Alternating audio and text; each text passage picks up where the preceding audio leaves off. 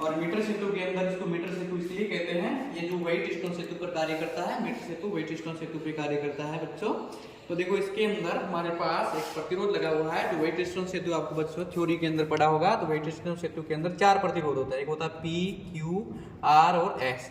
जब इसकी संतुलन की स्थिति होती है तो इसका जो अनुपातिक रेशियो होता है वो क्या होता है, बराबर होता है। तो इसमें आपको संतुलन की अवस्था प्राप्त करनी है। तो आपका इसमें 3 प्रैक्टिकल होते हैं मीटर सेतु के बच्चों। तो मीटर सेतु का जो पहला प्रैक्टिकल आपको देखो मिल सकता है, इसका प्रतिरोध पूछेगा कि जो आपको एक अज्ञात प्रतिरोध होगा वो ज्ञात करना पड़ेगा। अज्ञात का मतलब कैसा, जैसे मैं यहाँ तार लिया है, जैसे हमारे पास ये प्रतिरोध तार है, कांस्टेंट का है, इसका आपको प्रतिरोध ज्ञात करना है। तो ये अज्ञात प्रतिरोध होगा यहाँ पे। दूसरा पे आपके पास ज्ञात प्रतिरोध है, और ज्ञात प्रतिरोध इसलिए कह रहा हूँ कि प्रत्येक पे देखो रेजिस्टेंस बॉक्स है, इस पे वैल्यू लिखी रखी है, 2 है, इस पे 2 है, तो आप ये ज्ञात प्रतिरोध हो जाएगा। ठीक है बच्चों। अब दूसरा आपको कौन से सिद्धांत पे कार्य करता है, तो आपको ध्यान रखना है व्हाइट स्टोन सेतु पे कार्य करता है। अब आपको बच्चों इसको जोड़ने का एक तरीका मैं बताऊंगा कैसे कनेक्ट किया जाता है। तो बच्चों आप जानते ही हो व्हाइट स्टोन सेतु, बस ये व्हाइट स्टोन सेतु की तरफ ही जुड़ा हुआ है।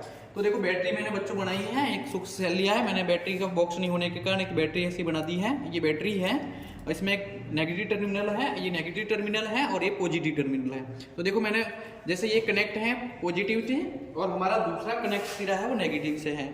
तो देखो हमारे पास ये तार की टोटल लंबाई कितनी है, 1 मीटर है, इसलिए इसका नाम मीटर सेतु है। अब दूसरा मैंने यहाँ पे क्या कर दिया, एक रेजिस्टेंस बॉक्स लगा दिया है, यहाँ मैंने रेजिस्टेंस बॉक्स लगा दिया है, और दूसरी तरफ मैंने अज्ञात प्रतिरोध लगा दिया है जिसका हमें प्रतिरोध ज्ञात करना है। देखो मैंने वायर लगा दिया, इसकी लंबाई कितनी है वो आपको नापनी है। आपको 20 सेंटीमीटर जैसे लंबाई का तार दे रखा है, तो लंबाई नापनी पड़ेगी। तो आपको लंबाई ये नाप लेनी है यहाँ से। और दूसरा आपको क्या करना है, लंबाई नापने के बाद इसका आपको व्यास ज्ञात कर लेना है। तो व्यास ज्ञात करने के लिए आपको पेच मापी की जरूरत पड़ेगी। तो पेच मापी से आप इसका व्यास निकाल देना और व्यास आपके निकल जाएगा। तो दूसरा हमारे पास इसकी सबसे पहले सर्किट जोड़ दिया हमने। देखो सर्किट में कुछ नहीं किया, यहाँ पे रेजिस्टेंस बॉक्स ज्ञात वाला जोड़ा, और हमने राइट साइड के अंदर अज्ञात प्रतिरोध जोड़ दिया।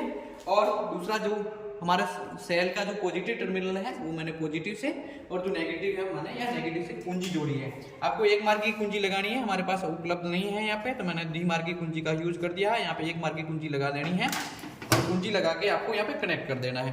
तो देखो एक बार वापस मैं बना देता हूँ आपका सर्किट।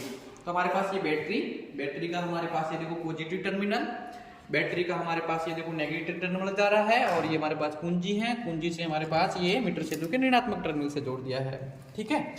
अब हमने क्या किया है, आपको जो प्रैक्टिकल के लिए एग्जामिनर ने आपको जो ये वायर दिया है प्रतिरोध तार, यहाँ पे मैंने लगा दिया है ज्ञात प्रतिरोध। ठीक है, ये लगा दिया है। अब दूसरा मैंने यहाँ पे क्या जोड़ा है, देखो मैंने यहाँ रेजिस्टेंस बॉक्स जोड़ा है, यहाँ पे प्लस माइनस कुछ नहीं होता है, 2 वायर लेके इसको यहाँ पे कनेक्ट कर देना है। यहाँ पे 2 ओम 4 ओम जो आपको प्रैक्टिकल करना चाहते हो उस हिसाब से निकाल सकते हो। दूसरा देखो हमारे पास गैल्वेनोमीटर है धारा में विक्षेप बताने के लिए। तो संतुलन की अवस्था प्राप्त करने के लिए हमारे पास एक गैल्वेनोमीटर जुड़ा हुआ है। गैल्वेनोमीटर देखो ये इसमें कोई एरर नहीं है, 0 पर है। अब इसमें मैंने क्या किया, देखो ये हमारे पास देखो रेड है, और रेड से मैंने रेड मतलब प्लस से प्लस इसको जोड़ दिया है। दूसरी तरफ मैंने जॉकी ले ली है, जॉकी से मैंने क्या किया है, जॉकी से जो ऋण टर्मिनल है वो ऋण टर्मिनल को मैंने क्या से जोड़ दिया है, इस जॉकी से जोड़ दिया, जिसको विसर्पी कुंजी भी कहते हैं। अब आपको क्या करना है, इसके अंदर कुंजी डालनी है। जैसे आप कुंजी डाल के आपको चेक करना है कि आपका सर्किट सही है या गलत है। तो सबसे पहले चेक करोगे, देखो मैंने यहाँ चेक कर रहा हूँ, तो देखो इनको विक्षेप बताइए, विक्षेप इस साइड आ रहा है। हाँ, अब दूसरी तरफ चेक करूंगा तो देखो विक्षेप दूसरी तरफ आना चाहिए। तो हमारा विक्षेप दूसरी तरफ आ रहा है, इसका मतलब आपका जो सर्किट है वो कंप्लीट क्या है, सही है। तो ये आपका सर्किट जोड़ने का तरीका होगा। इसमें रीडिंग लेने की बस यही एक ही है। रीडिंग कैसे ली जाती है, देखो मैं निकालता हूँ, जैसे 2 ओम प्रतिरोध के लिए निकालता हूँ और इसकी संतुलन अवस्था निकालता हूँ। तो देखो संतुलन की अवस्था जैसे मैं इस पे ऐसे निकालूंगा तो हमारा देखो ये विक्षेप शून्य कहाँ पे आ रहा है, तो हमारा विक्षेप शून्य आ रहा है, वो आ रहा है 37.5। तो हमारी संतुलन की लंबाई हमारे पास यहाँ पे संतुलन बता रहा है, वो कितना बता रहा है 37.5। तो इसकी देखो मैं सारणी भी बता देता हूँ, इसकी सारणी कैसे बनेगी। हमारे पास देखो ये इसकी सारणी बना देता हूँ। तो ये तार के लिए प्रतिरोध सारणी है, इसमें क्रम संख्या आपको 6 रीडिंग लेनी है। रेजिस्टेंस बॉक्स में जो प्रतिरोध हमने कितना निकाला है 2 ओम यहाँ लिखना है।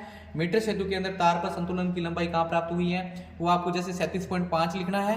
यहाँ पे आपको 100 माइनस एल करना है, ठीक है, इसमें से घटा के लिखना है। फिर एस अज्ञात प्रतिरोध हो जाएगा, S is equal to 100 minus L upon L into R. प्रत्येक में आपको यहाँ पे ओम लिख दिया है, तो यहाँ ओम लिखने की जरूरत नहीं है, और रीडिंग के साथ मात्रक लिखे, नहीं तो आपको आधा नंबर काट दिया जाएगा, इसका ध्यान रखना। अब इसके बाद जैसे प्रैक्टिकल आपका पूरा हो जाएगा, लेकिन इसी में प्रतिरोधकता पूछा है, रो पूछा है, तो रो आपको ज्ञात करना पड़ेगा। इसके लिए जो फॉर्मूला होता है रो बराबर होता है RA/L होता है। एस का मतलब अज्ञात प्रतिरोध हो जाएगा आपका, SA/L हो जाएगा। तो एरिया निकालना पड़ेगा पाई आर इसको। तो इसका एरिया निकालने के लिए मैंने अभी बताया था कि इसकी एरिया निकालने के लिए आपका पास पेच मापी की जरूरत पड़ेगी, और पेच मापी की सहायता से आप इसका क्या निकाल सकते हो, एरिया निकाल सकते हो। तो हमारे पास अभी इधर उधर गायब हो गया, तो आप जानते हो इसमें आप वो 11वीं क्लास में पढ़ा होगा माइक्रोमीटर से, और इसमें क्या करते हैं, उसमें लगा देते हैं इसकी, और त्रिज्या ज्ञात करने रेडियस का डायमीटर का आधा कर देते हैं। तो इसी के साथ आपका ये मीटर सेतु का एक प्रैक्टिकल कंप्लीट हो जाएगा। ठीक है, अब दूसरा इसी में के साथ मैं बता देता हूँ कि दूसरा कैसे आ सकता है इसका। अब दूसरे में जोड़ने का तरीका यही रहेगा आपका। अब दूसरा क्या पूछेगा कि इसका श्रेणी क्रम। अब श्रेणी क्रम बच्चों क्या होता है, श्रेणी क्रम के अंदर भी मैं बता देता हूँ, जोड़ने का तरीका पूरा वही का वही है।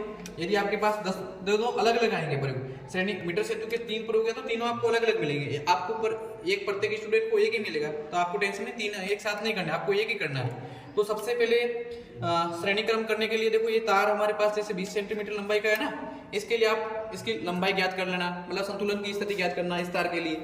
फिर ये जैसे दूसरा तार है हमारे पास, ये दूसरा बार यहाँ लगा देना, इसको हटा के इसके संतुलन की स्थिति ज्ञात कर लेना।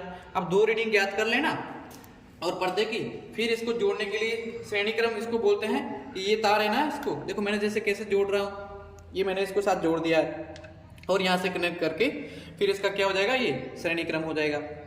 अब आपको पूछ रहा है कि समांतर क्रम कैसे करना है, तो समांतर क्रम में कुछ भी नहीं। समांतर क्रम में देखो, पहले एक तार का हमने जैसे रीडिंग निकाल दी, फिर ये हमारे पास दूसरा तार, ये इसको हटा के दूसरे तार की रीडिंग निकाल दी।